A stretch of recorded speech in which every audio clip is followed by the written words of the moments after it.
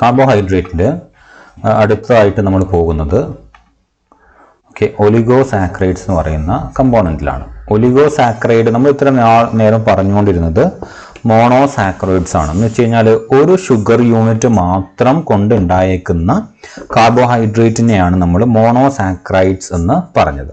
അപ്പോൾ അത് മാറിയിട്ട് 2 തൊട്ട് 10 വരെ, അല്ലെങ്കിൽ ചില ആൾക്കാർ അത് 9 വരെ മാത്രം കൗണ്ട് ചെയ്യുന്നു. അത്രയും ഷുഗർ യൂണിറ്റ് കമ്പൈൻ ചെയ്യുമ്പോഴാണ് നമ്മളതിന് ഒലിഗോസാക്രൈഡ് എന്ന് പറയാം. ഓക്കെ, അപ്പം നമ്മൾ കാർബോഹൈഡ്രേറ്റിൻ്റെ നിങ്ങളുടെ സിലബസിൽ ഈ പാർട്ട് നമ്മൾ കംപ്ലീറ്റ് ചെയ്തു. ഇനി ഡൈസാക്രൈഡ്സ് എന്ന് പറയുന്ന ഒരു പാർട്ടാണ് നമ്മൾ നോക്കുന്നത്. അപ്പോൾ ഈ ഡൈസാക്രൈഡ് വരുന്നത് ഒലിഗോസാക്രൈഡിൻ്റെ പാർട്ടായിട്ടാണ്. ഓക്കെ, അത് വരാം. അപ്പോൾ അതിൽ നമ്മൾ glycosidic bond, reducing and non reducing disaccharides, മാൾട്ടോസും സുക്രോസും എക്സാമ്പിൾസ് ആയിട്ട് നമ്മൾ പഠിക്കുന്നു. ഇത്രയും കമ്പോണൻ്റ് ആണ് നമ്മൾ ഒലിഗോസാക്രൈഡിൽ വരുന്നത്. അപ്പോൾ അത് നോക്കുക. അപ്പം എന്താണ് ഒലിഗോസാക്രൈഡ്സ് എന്ന് പറഞ്ഞു കഴിഞ്ഞാൽ they are carbohydrates which are made of 2 to 10 monosaccharide unit or sugar units. That is known as the oligosaccharides. Okay, അപ്പം ചില ഒലിഗോസാക്രൈഡ്സ് മാത്രമേ നമുക്ക് ഡൈജസ്റ്റ് ചെയ്ത് അബ്സോർബ് ചെയ്യാൻ വേണ്ടിയിട്ട് പറ്റുള്ളൂ, ബാക്കി ഒന്നും തന്നെ സാധിക്കില്ല. ഇനി ഒലിഗോസാക്രൈഡ്സ് 2 തൊട്ട് 10 വരെ യൂണിറ്റ്സ് കൊണ്ട് ഉണ്ടായത് കൊണ്ട് തന്നെ, അപ്പം 2 ഷുഗർ യൂണിറ്റ് കൊണ്ട് ഉണ്ടായതാണെങ്കിൽ അതിനെ നമ്മൾ എന്ത് വിളിക്കും? ഡൈസാക്രൈഡ് എന്ന് വിളിക്കും. ഡൈസാക്രൈഡ്. ഓക്കെ, അങ്ങനെയാണെങ്കിൽ നിങ്ങൾ 3 പറഞ്ഞേ. യെസ്, ട്രൈസാക്രൈഡ് ആണ്. പറയണേ. 4 എത്രയാണ്? ടെട്രാസാക്രൈഡ് ആണ്. 5 penta, hexa, hepta, octa, nona, deca, അങ്ങനെ അങ്ങ് പോകും. ഓക്കെ, അപ്പം 10 വരെ ഉള്ളത് കൊണ്ട് ഡെക്ക സാക്രൈഡ് വരെ പോകും. അപ്പം 2 യൂണിറ്റ് കമ്പൈൻ ചെയ്താൽ അത് ഡൈസാക്രൈഡ്, 3 ഷുഗർ യൂണിറ്റ് ഉണ്ടെങ്കിൽ അത് ട്രൈസാക്രൈഡ്, 4 ഷുഗർ യൂണിറ്റ് ഉണ്ടെങ്കിൽ അത് ടെട്രാസാക്രൈഡ്. അങ്ങനെ ഒലിഗോസാക്രൈഡ്സിനെ based on the number of sugar unit present we can classify. Clear ആണല്ലോ? അപ്പം അതാണ് ഒലിഗോസാക്രൈഡ് എന്ന് പറയുന്നത്. അപ്പം ഒലിഗോസാക്രൈഡിൽ നിങ്ങൾക്ക് ആദ്യം കമ്പോണന്റ് പഠിക്കാനുള്ള എന്താണ്? Glycosidic bond. എന്തായിരിക്കും? ഡെഫിനറ്റ്ലി 2 ഷുഗർ യൂണിറ്റ് കമ്പൈൻ ചെയ്യണമെങ്കിൽ ഒരു ബോണ്ട് ഉണ്ടാവണം. ആ ബോണ്ടിനെയാണ് നമ്മൾ ഗ്ലൈക്കോസിഡിക് ബോണ്ട് എന്ന് പറയുന്നത്. പക്ഷേ 2 ഷുഗർ യൂണിറ്റ് കമ്പൈൻ ചെയ്യുമ്പോൾ മാത്രമല്ല ഈ പറയുന്ന ഗ്ലൈക്കോസിഡിക് ബോണ്ട് വർക്ക് ആവുന്നത്. 2 ഷുഗർ യൂണിറ്റിന് പുറമെ ഒരു ഷുഗർ യൂണിറ്റും വേറെ ഏതെങ്കിലുമായിട്ട് ലിങ്ക് ചെയ്യുന്നുണ്ടെങ്കിലും അതും ഗ്ലൈക്കോസിഡിക് ബോണ്ട് തന്നെ ആയിരിക്കും. ഓക്കെ, അപ്പം ഗ്ലൈക്കോസിഡിക് ബോണ്ടിനെ നമുക്ക് ഡിഫൈൻ ചെയ്യാം.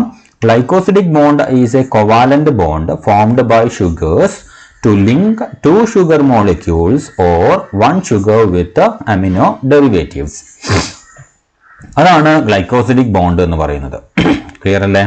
അപ്പം എന്താണ് ഗ്ലൈക്കോസിഡിക് ബോണ്ട്? 2 ഷുഗർ യൂണിറ്റിനെയാണോ അല്ലെങ്കിൽ ഒരു ഷുഗർ യൂണിറ്റ് വേറെ ഏതെങ്കിലും ഡെറിവേറ്റീവ് ആയിട്ടോ കമ്പൈൻ ചെയ്യാൻ വേണ്ടിയിട്ട് ഉപയോഗിക്കുന്ന കോവാലന്റ് ഇൻട്രാക്ഷനെയാണ് നമ്മൾ ഗ്ലൈക്കോസിഡിക് ബോണ്ട് എന്ന് വിളിക്കുന്നത്. ഓക്കെ, അപ്പം ഏത് ആറ്റം ആണ് ഈ പറയുന്ന ബോണ്ടിങ്ങിൽ ഇൻവോൾവ് ആയിരിക്കുന്നത് എന്നതിന്റെ ബേസിൽ we can classify into O glycosidic bond and N glycosidic bond. അപ്പോൾ നമ്മൾ എഴുതുമ്പോൾ ഇങ്ങനെയാണ് എഴുതുക: O glycosidic bond and N glycosidic bond.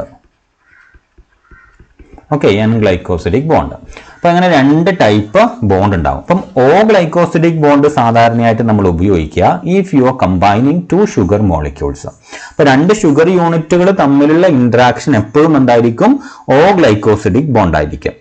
Okay, ഇനി ഈ ഷുഗർ യൂണിറ്റും അമിനോ ഡെറിവേറ്റീവ്സോ അല്ലെങ്കിൽ നൈട്രജൻ ഡെറിവേറ്റീവ്സോ ഒക്കെ ആണെങ്കിൽ അതിനെയായിരിക്കും N ഗ്ലൈക്കോസിഡിക് ബോണ്ട് എന്ന് പറയുന്നത്. അപ്പൊ നിങ്ങൾക്ക് ഇവിടെ കാണാൻ വേണ്ടിയിട്ട് പറ്റും O ഗ്ലൈക്കോസിഡിക് ബോണ്ട് ഇവിടെ കാണാം. സൂക്രോസിന്റെ കേസിൽ ഗ്ലൂക്കോസിനെയും ഫ്രക്ടോസിനെയും കമ്പൈൻ ചെയ്യുന്നത് ത്രൂ ഓക്സിജൻ ആണ്. അപ്പൊ ഇതിനെ നമ്മൾ വിളിക്കുന്നതാണ് O ഗ്ലൈക്കോസിഡിക് ബോണ്ട് എന്നുള്ളത്. ക്ലിയർ ആണല്ലോ? അതേസമയം ഇതേപോലെ ഒരു ഷുഗർ യൂണിറ്റ് ആണ് DNA-യിലും RNA-യിലും കാണുന്ന ന്യൂക്ലിയോടൈഡിന്റെ റൈബോസ് അല്ലെങ്കിൽ ഡിയോക്സി റൈബോസ് എന്ന് പറയുന്നത്. ഓക്കെ, അപ്പം ഈ ഷുഗർ യൂണിറ്റ് ഒരു അമിനോ ഡെറിവേറ്റീവ് ആണല്ലോ, അല്ലെങ്കിൽ നൈട്രജൻ ബേസ് എന്ന് പറയുന്ന ഒരു നൈട്രജൻ ഇൻവോൾവ് ആയിരിക്കുന്ന ആളാണ്. അപ്പൊ ഈ ഷുഗർ യൂണിറ്റ് ഈ നൈട്രജൻ ഡെറിവേറ്റീവ് ആയിട്ട് കമ്പൈൻ ചെയ്യുമ്പോൾ ആരുമായിട്ടാണ് ലിങ്ക് ഉണ്ടാക്കുന്നത്? നൈട്രജനുമായിട്ടാണ്. ഇവിടെ ആരായിരുന്നു? ഓക്സിജൻ ആയിരുന്നു. ഓക്കെ, ഈ സ്ഥലത്ത് ഓക്സിജൻ ആയിരുന്നു, പക്ഷെ ഇവിടെ നൈട്രജൻ ആണ്. അപ്പൊ ഈ നൈട്രജനുമായിട്ട് ഷുഗർ ബോണ്ട് ഉണ്ടാക്കുമ്പോൾ ഇതിനെയാണ് നമ്മൾ N ഗ്ലൈക്കോസിഡിക് ബോണ്ട് എന്ന് വിളിക്കുന്നത്. N glycosidic bond. Okay, N-glycosidic bond in example between ribose and nitrogen base or between deoxyribose and nitrogen base in nucleic acid. അത് N ഗ്ലൈക്കോസിഡിക് ബോണ്ടിങ്ങിന് എക്സാമ്പിൾ ആണ്. ഇതേപോലെ തന്നെ N ഗ്ലൈക്കോസിഡിക് ബോണ്ടിങ് ഇപ്പം amino derivatives attached ആയിട്ടുള്ള ഒരുപാട് sugar derivatives നമ്മൾക്ക് കാണാൻ വേണ്ടി പറ്റും. അപ്പൊ ആ സമയത്തൊക്കെയുള്ള നൈട്രജനുമായിട്ടുള്ള ലിങ്കേജ് എന്ന് പറയുന്നത് it is definitely N glycosidic bond. Clear ആണല്ലോ. അപ്പൊ ഗ്ലൈക്കോസിഡിക് ബോണ്ട് രണ്ട് ടൈപ്പ് ആണ്, O, N. O എന്ന് പറയുന്നത് mostly between two sugar molecule that is linked through oxygen, and N എന്ന് പറയുന്നത് between sugar and any other molecule mainly that is linked through the nitrogen. So that is known as the N glycosidic bond. അപ്പം glycosidic bond എന്താണ് example പറയാൻ വേണ്ടിയിട്ട് പറയും. എക്സാമിന് 2 മാർക്കിന്റെ ചോദ്യം ഉണ്ടാവുള്ളൂ. ഓക്കെ, പക്ഷെ എന്നാലും നിങ്ങൾ എന്ത് ചെയ്യണം, ഈ ഡെഫിനിഷൻ കൊടുത്ത് 2 ടൈപ്പും കൊടുത്ത് ഏതെങ്കിലും ഒരു എക്സാമ്പിളും മാർക്ക് ചെയ്യണം. ഓക്കെ, ഇത് 2 നിങ്ങൾ പഠിക്കുന്ന എക്സാമ്പിൾസ് ആണ് എന്നുള്ളത് ഓർമ്മിക്കുക. Now coming to the ഈ കമ്പൗണ്ട് ഞാൻ ഓൾറെഡി പറഞ്ഞു. Coming to the disaccharide. അപ്പം ഡൈസാക്രൈഡ് എന്ന് പറയുന്നത് എന്താണ്? 2 ഷുഗേഴ്സ്, 2 മോണോസാക്രൈഡ്സ് കമ്പൈൻ ചെയ്യുന്നു. എന്ത് ബോണ്ട് വഴിയാണ്? O ഗ്ലൈക്കോസിഡിക് ബോണ്ട് വഴി. ഓക്കെ, അപ്പൊ അങ്ങനെ ഉണ്ടാവുന്ന മോളിക്യൂളിനെയാണ് എന്ത് വിളിക്കുന്നത്? ഒലിഗോസാക്കറൈഡിനെയാണ് നമ്മൾ ഡൈസാക്കറൈഡ് എന്ന് പറയുന്നത്. അപ്പൊ നമുക്ക് എങ്ങനെ ഡിഫൈൻ ചെയ്യാൻ വേണ്ടിയിട്ട് പറ്റുക? Okay, it is the oligosaccharide formed of 2 monosaccharide unit linked through O glycosidic bond. Clear ആണല്ലോ. അപ്പം ഞാൻ പറഞ്ഞത് എഴുതി വെക്കുക. ഓക്കെ, ഡെഫിനിഷൻ ഞാൻ പറഞ്ഞത് എഴുതി വെക്കുക. കേട്ടിട്ടില്ല, എഴുതിയിട്ടില്ല എന്നുണ്ടെങ്കിൽ ഡെഫിനറ്റ്ലി ഒന്ന് റീവൈൻഡ് ചെയ്യുക, എന്നിട്ട് ഒന്നുകൂടെ കേൾക്കുക, എന്നിട്ട് അതുപോലെ എഴുതി വെക്കുക. Okay, so any molecule made of 2 molecules of simple sugars monosaccharides linked together by glycosidic bond, അത് എന്ത് ഗ്ലൈക്കോസിഡിക് ബോണ്ട് ആണ്? O glycosidic bond is considered as a disaccharide and they are all often known as the double sugar. ഇതിന് ഒരുപാട് examples ഉണ്ട്. For example maltose ഉണ്ട്, സെല്ലോബയോസ് ഉണ്ട്, lactose ഉണ്ട്, മെലിയോബയോസ് ഉണ്ട്, അതുപോലെ തന്നെ സുക്രോസ് ഉണ്ട്, ട്രിഹാലോസ് ഉണ്ട്. ഇവരൊക്കെ ഇതിന് എക്സാമ്പിൾ ആണ്. അതിൽ നിങ്ങൾക്ക് രണ്ടാമത്തെ കമ്പോണന്റ് ആയിട്ട് എന്താ പഠിക്കേണ്ടത്? Reducing and non reducing disaccharides എന്നാ. അപ്പൊ അതിന് എക്സാമ്പിൾസ് ആയിട്ട് നിങ്ങൾക്ക് ഇവിടെ നിന്ന് കൗണ്ട് ചെയ്യാം. ഓക്കെ, റെഡ്യൂസിങ് ഫോംസ് ഏതൊക്കെയാണ്? Maltose, cellobiose, lactose, melibiose. Non reducing ഫോംസിന് എക്സാമ്പിൾ ആണ് സുക്രോസ്, ട്രിഹാലോസ്. ഓക്കെ, ഡൈസാക്രൈഡ്സിന്റെ കേസിൽ. അപ്പം ഇതേ കൺസെപ്റ്റ് നമ്മൾ എവിടെയും പറയുന്നുണ്ട്. Reducing and non reducing sugar എന്ന് പറഞ്ഞിട്ട് കാർബോഹൈഡ്രേറ്റിലെ പാർട്ട് 6 എന്ന് പറയുന്ന വീഡിയോയില് നമ്മൾ എന്താണ് റെഡ്യൂസിങ് ഷുഗർ, എന്താണ് നോൺ റെഡ്യൂസിങ് ഷുഗർ എന്ന് കൃത്യമായിട്ട് മെൻഷൻ ചെയ്യുന്നുണ്ട്. അത് നിർബന്ധമായിട്ട് നിങ്ങൾ പോയി കണ്ട് വരണം. കാരണം അടുത്ത കമ്പോണന്റ് എന്ന് പറയുന്നത് റെഡ്യൂസിങ് നോൺ റെഡ്യൂസിങ് ആണ്. അപ്പൊ അതൊരിക്കലും ഞാൻ ഇവിടെയും റിപ്പീറ്റ് ചെയ്യുന്നില്ല. കാരണം റെഡ്യൂസിങ് നോൺ റെഡ്യൂസിങ് ഷുഗേഴ്സ് എന്ന് പറഞ്ഞിട്ട് പാർട്ട് 6 മോണോസാക്രൈഡ്സിന്റെ കേസും ഡൈസാക്രൈഡ്സിന്റെ കേസും കൃത്യമായിട്ട് പറഞ്ഞിട്ടുണ്ട്. അതൊന്നുകൂടെ പോയി കാണാം. ഓക്കെ, അപ്പം റെഡ്യൂസിങ്ങിനും നോൺ റെഡ്യൂസിങ് എക്സാമ്പിൾസ് കൗണ്ട് ചെയ്യാണ്. എന്തുകൊണ്ടാണ് ആയത് എന്നുള്ളത് ജസ്റ്റ് ഒന്ന് റിപ്പീറ്റ് ചെയ്യാണ്. ഇവിടെ എടുക്കുകയാണെങ്കിൽ മാൾട്ടോസിന്റെ കേസ് എടുക്കുകയാണെങ്കിൽ ആൽഫ 1,4 ലിങ്കേജ് ആണ്. ഇത് റെഡ്യൂസിങ് ആണ്. എന്തുകൊണ്ടാണ്? ഒന്നാമത്തെ ഗ്ലൂക്കോസ് ആൽഫ 1 അല്ലെ, 2 ഗ്ലൂക്കോസും ആൽഫയില്ല, ഗ്ലൂക്കോസ് 2 ആൽഫയാ. ഒന്നാമത്തെ കാർബൺ എന്ന് വെച്ച് കഴിഞ്ഞാൽ കാർബോണൈൽ കാർബൺ ആണത്. Okay, carbonyl carbon. ഇവിടുത്തെ കേസിൽ 4th ആണ് എന്ന് വെച്ച് കഴിഞ്ഞാൽ കാർബോണൈൽ കാർബൺ അല്ല. ഓക്കെ, CC അല്ല. അതുകൊണ്ട് തന്നെ എന്താണ് ഈ CC ഇവിടെ ഫ്രീ ആയിട്ടുള്ള കാർബോണൈൽ കാർബൺ, ഒന്നാമത്തെ carbon, they can involve in the reducing agent reaction എന്ന് വെച്ചാൽ they can be get oxidized to reduce any other molecule. അതുകൊണ്ട് തന്നെ ഇവിടെ എന്തായി? മാൾട്ടോസ് ഒരു റെഡ്യൂസിങ് ഷുഗർ ആയിട്ട് മാറി. അതേസമയം സൂക്രോസ് എടുക്കുകയാണെങ്കിൽ they are formed through combining glucose and fructose through alpha 1 beta 2 linkage. That means ഫ്രക്ടോസിന്റെ കേസിൽ കാർബോണൈൽ കാർബൺ എന്ന് പറയുന്നത് എവിടെയാണ്? 2nd പൊസിഷനിലുള്ള കാർബൺ ആണ്. സോ ഇതിന്റെ കാർബോണൈൽ കാർബണും അതുപോലെ തന്നെ ഒന്നാമത്തെ ഗ്ലൂക്കോസിന്റെ കാർബോണൈൽ കാർബണും ഈ ഗ്ലൈക്കോസിഡിക് ബോണ്ടിങ്ങിൽ ഇൻവോൾവ് ആയതുകൊണ്ട് there is no free carbonyl carbon which can get oxidized in order to reduce any other molecule. അപ്പം അതുകൊണ്ട് തന്നെ ഇത് എന്ത് ഫോമിലേക്ക് മാറി? നോൺ റെഡ്യൂസിങ് ഷുഗേഴ്സ് ആയിട്ട് മാറി. ഇത് ഡീറ്റെയിൽഡ് ആയിട്ട് ഞാൻ പറഞ്ഞ പാർട്ട് 6 എന്ന് പറയുന്ന വീഡിയോയിൽ മെൻഷൻ ചെയ്തിട്ടുണ്ട്, മറക്കരുത്. ഓക്കെ, അതൊന്നുകൂടെ പോയി കാണാം. ട്രിഹാലോസിന്റെ കേസിലും അങ്ങനെ തന്നെയാണ്. 2 glucose unit alpha 1,1 glycosidic bond വഴി O ഗ്ലൈക്കോസിഡിക് ബോണ്ട് വഴി ലിങ്ക് ചെയ്തേക്കാണ്. മെലിയോബയോസ് എന്ന് പറയുന്നത് 2 ഗ്ലൂക്കോസും ഒരു ഗ്ലൂക്കോസും ഒരു ഗാലക്ടോസും. പക്ഷെ എന്താണ് ഇവിടെ?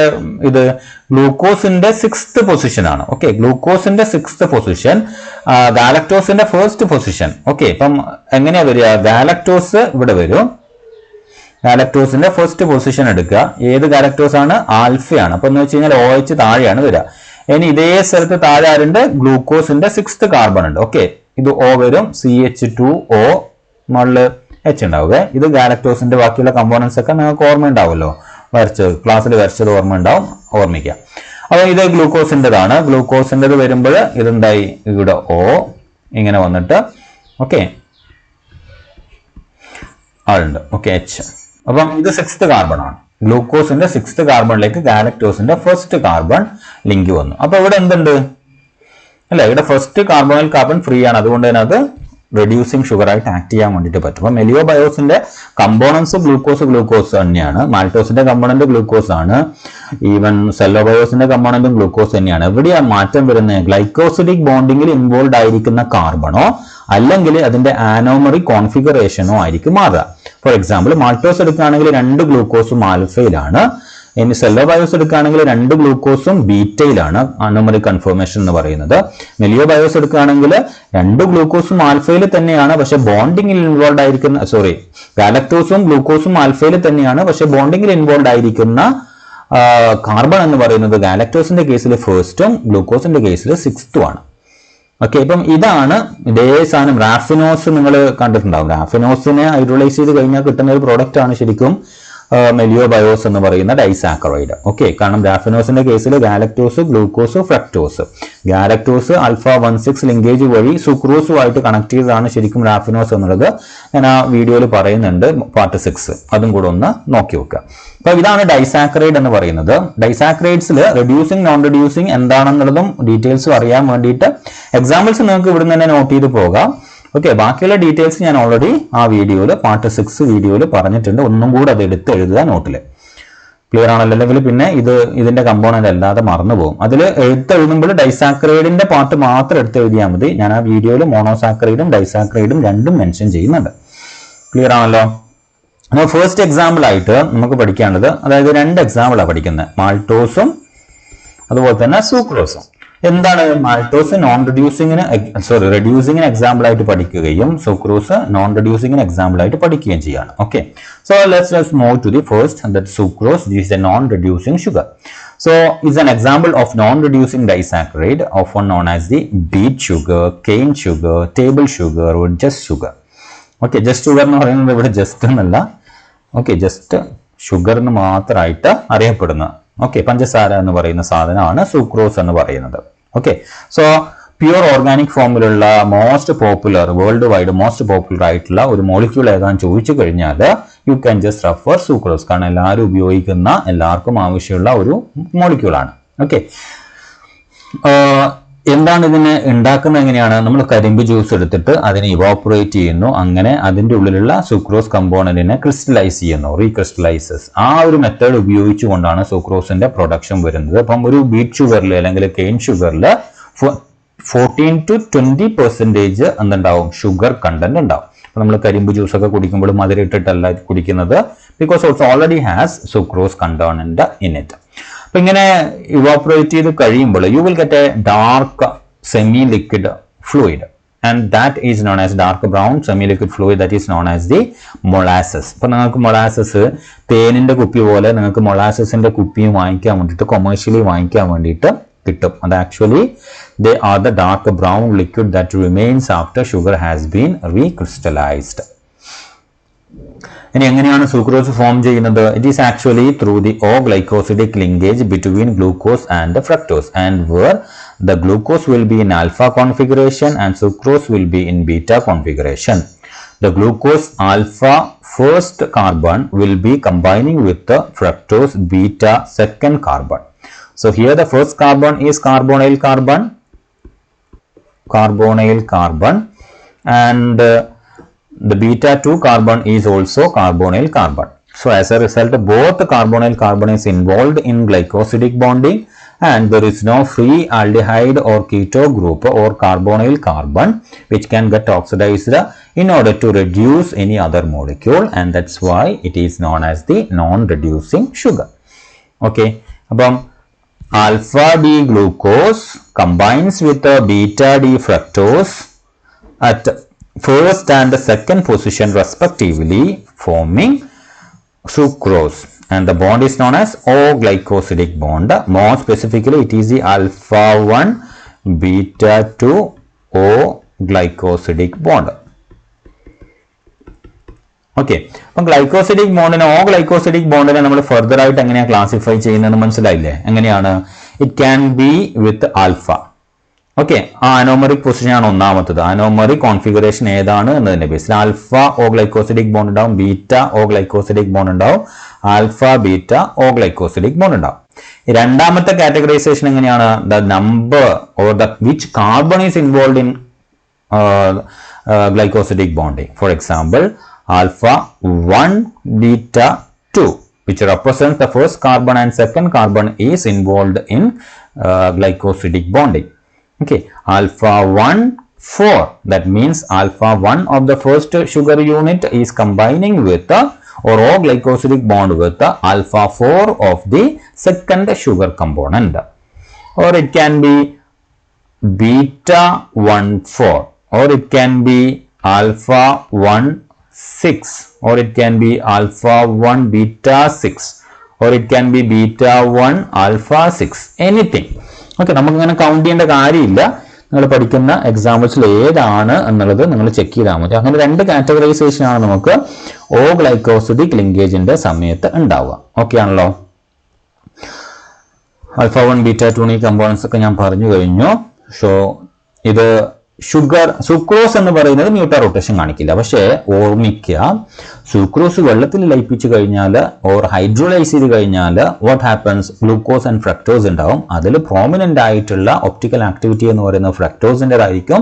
As a result positive optical activity ഉണ്ടായിട്ട് നേരെ നെഗറ്റീവ് ഒപ്റ്റിക്കൽ ആക്ടിവിറ്റിയിലേക്ക് ഹൈഡ്രോലൈസ്ഡ് പ്രോഡക്റ്റ് മാറും. അതുകൊണ്ട് മ്യൂട്ടാ റൊട്ടേഷൻ കാണിക്കും. Okay, and sorry, mutarotation അല്ല, അത് ഇൻവേർഷൻ കാണിക്കും. മ്യൂട്ടാ റൊട്ടേഷൻ എന്ന് പറയുന്നത് നമുക്കറിയാം, ഒരു നോർമലി ഒപ്റ്റിക്കൽ ആക്ടിവിറ്റി ചേഞ്ച് ചെയ്യുക എന്ന് പറയുമ്പോൾ എന്തുകൊണ്ടാണ്? ടോട്ടോമറിക് ഫോംസ് ഉണ്ടാവുമ്പോൾ ആൽഫ ബീറ്റ കോൺഫിഗറേഷനിലേക്ക് മാറുമ്പോൾ. അപ്പം ഒരു ഡൈസാക്രൈഡും മ്യൂട്ടാ റൊട്ടേഷനിലേക്ക് പോവില്ല. കാരണം എന്താണ്? അതിന്റെ ഇത് ലയിപ്പിച്ചു കഴിഞ്ഞാൽ it cannot form alpha to beta or beta to alpha. അങ്ങനെ ഒരു കൺഫർമേഷണൽ ചേഞ്ച് ഉണ്ടാവില്ല. സോ ഡെഫിനറ്റ്ലി അതിന് മ്യൂട്ടാ റൊട്ടേഷൻ എന്ന് പറയുന്ന പ്രോപ്പർട്ടി ഒരു ഡൈസാക്രൈഡിനും ഉണ്ടാവില്ല. ഞാൻ പറഞ്ഞപ്പോൾ ഇൻവേർട്ട് ഷുഗർ ആണ് പറഞ്ഞത്. അപ്പം സുക്രോസ് ഒരു ഇൻവേർട്ട് ഷുഗർ ആണ്. എന്തിന്റെ കേസിൽ? നേരിട്ടല്ല, മറിച്ച് ഫ്രക്ടോസ് കമ്പോണന്റ് ഹൈഡ്രോലൈസ്ഡ് ആയി കഴിഞ്ഞാലാണ് അത് ഒരു ഇൻവേർട്ട് ഷുഗർ ആയിട്ട് മാറുക. ഓക്കെ, അതുകൊണ്ടാണ് sucrose is hydrolysed in dilute acid or by the enzyme sucrase, okay, or invertase, resulting in an equimolar combination of glucose and fructose, which will be showing the activity, optical activity of fructose, because the fructose activity is more.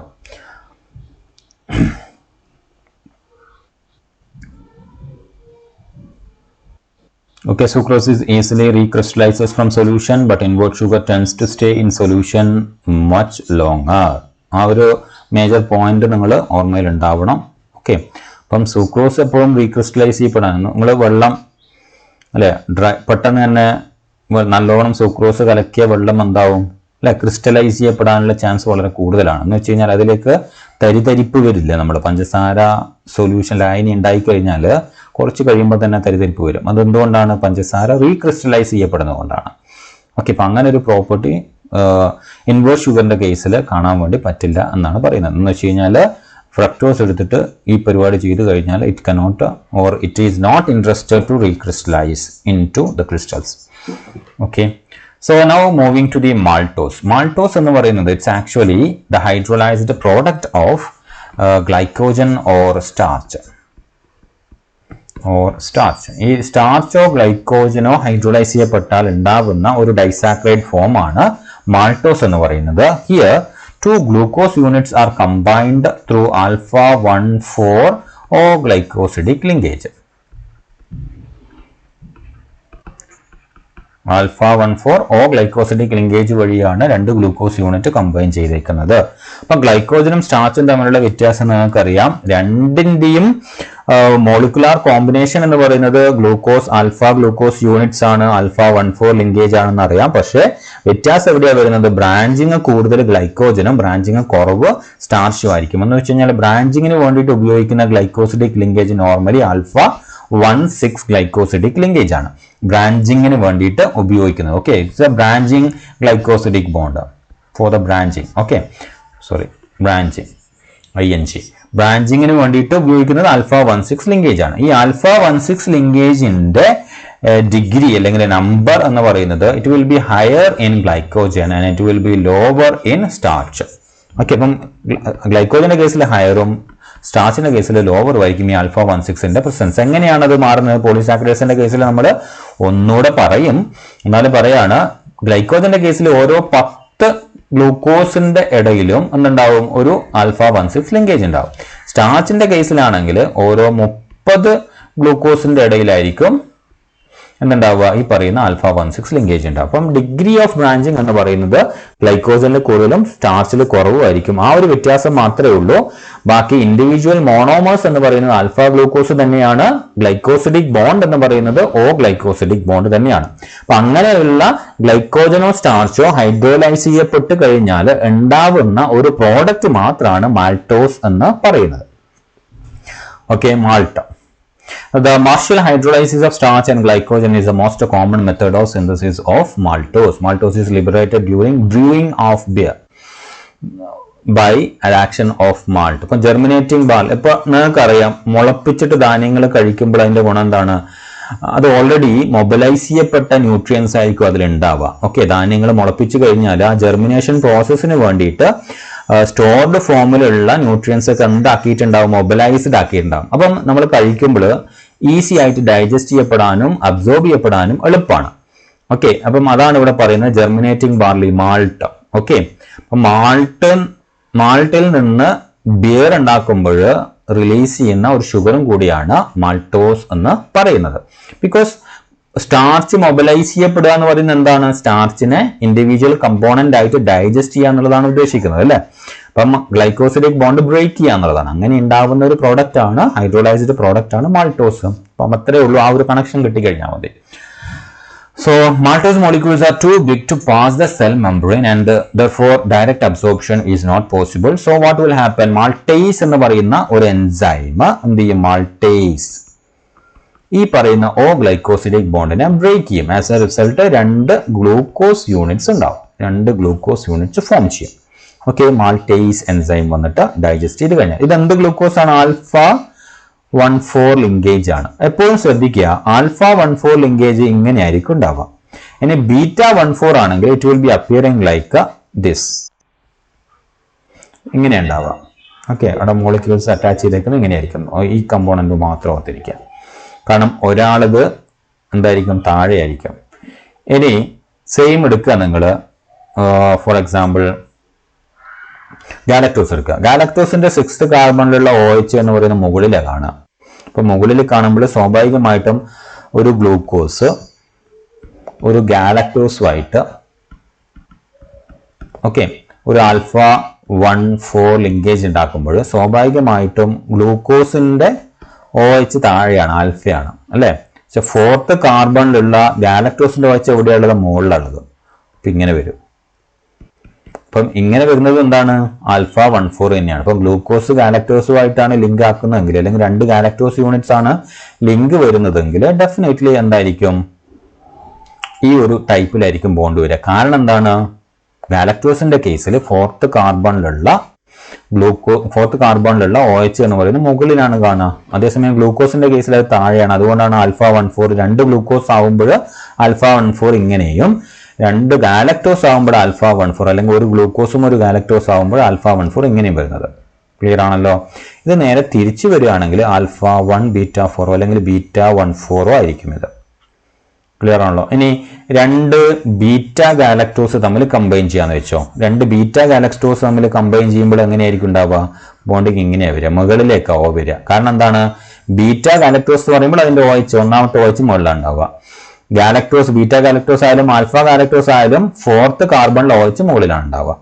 അപ്പൊ വരുമ്പോൾ ഇങ്ങനെയായിരിക്കും β14 linkage 2 galactose യൂണിറ്റുകൾ തമ്മിൽ combine ചെയ്യുമ്പോൾ ഉണ്ടാവുക. അപ്പം അങ്ങനെയുള്ള അപ്പിയറൻസിൽ പലതരം മാറ്റങ്ങൾ ഉണ്ടാവും. നിങ്ങൾ ഇത് കാണുമ്പോൾ എപ്പോഴും ഇങ്ങനെയാണ് എന്ന് വിചാരിച്ചേക്കരുത്, ഓർമ്മിക്കാം. ഓക്കെ, അപ്പം ഇതും α14 ആണ്, ഇതും α14 ആണ്. ഇതും β14 ആണ്, ഇതും β14 ആണ്. Depends on molecules the shape of the bond will be changing എന്നത് നിങ്ങൾ മനസ്സിലാക്കി വെച്ചാൽ മതി. ഇപ്പോൾ മാൾട്ടേസ് ആക്ടിവിറ്റി കൊണ്ട് മാൾട്ടോസിനെ 2 ഗ്ലൂക്കോസ് യൂണിറ്റ്സ് ആയിട്ട് മാറ്റാൻ വേണ്ടിയിട്ട് പറ്റും. ഇനി ഈ മാൾട്ടോസിനെ നമ്മൾ എൻസൈം ഉപയോഗിക്കാതെ തന്നെ അസിഡിക് എൻവയോൺമെന്റിൽ ഹൈഡ്രോലൈസ് ചെയ്ത് കഴിഞ്ഞാൽ, അതായത് ഇൻ വിട്രോ ഹൈഡ്രോലൈസിസ് അസിഡിക് എൻവയോൺമെന്റിൽ ചെയ്ത് കഴിഞ്ഞാൽ മാൾട്ടോസിനെ ഗ്ലൂക്കോസ് ആക്കി മാറ്റാം. അതേസമയം തന്നെ എന്താവും എന്നേ ഉള്ളൂ, അതിന്റെ സ്പീഡ് എന്ന് പറയുന്നത് വളരെ കുറവായിരിക്കും. കാരണം എൻസൈംസ് പ്രൊവൈഡ് ചെയ്യുന്ന അത്രയും കാറ്റലിറ്റിക് പവർ ഒരിക്കലും ഒരു നോൺ എൻസൈം ആയിട്ടുള്ള കാറ്റലിസ്റ്റിന് സാധിക്കില്ല. അപ്പോൾ അതുകൊണ്ട് കമ്പാരിറ്റീവ്ലി അതിന്റെ സ്പീഡ് വളരെ കുറവായിരിക്കും.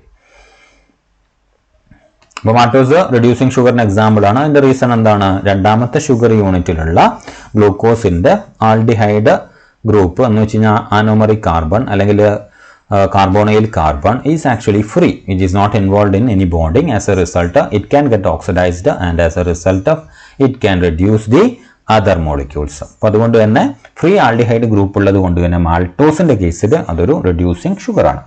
So that's about disaccharides. Okay, ഇത്രയേ ഉള്ളൂ ഡൈസാക്കറൈഡ്സിനെ കുറിച്ചുള്ള ഡിസ്ക്രിപ്ഷൻ. കൃത്യമായിട്ട് മനസ്സിലാക്കുക. മാൾട്ടോസിന്റെ സ്ട്രക്ചറും സൂക്രോസിന്റെ സ്ട്രക്ചറും കൃത്യമായിട്ട് മനസ്സിലാക്കിയിരിക്കണം.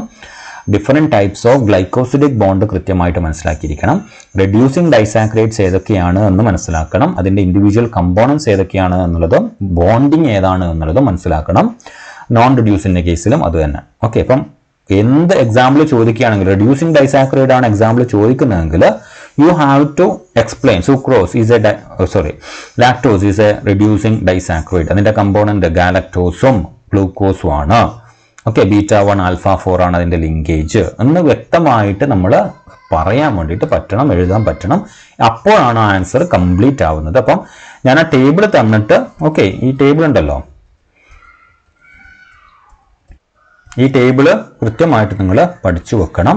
അതിൽ ഓരോ ബോണ്ടിങ്ങും പഠിച്ചു വെക്കണം. ഓക്കെ, β1 α4 ആണ് ലാക്ടോസിന്റെ കേസിൽ. അതിൽ β1 എന്ന് പറയുന്നത് ഗാലക്ടോസിൻ്റെതാണ്. അപ്പോൾ ഫസ്റ്റ് കമ്പോണന്റ് ശരിക്കും ഗാലക്ടോസ് ആണ്, സെക്കൻഡ് കമ്പോണന്റ് ആണ് ഗ്ലൂക്കോസ് വരുന്നത് എന്നുള്ളത് ഓർമ്മിക്കുക.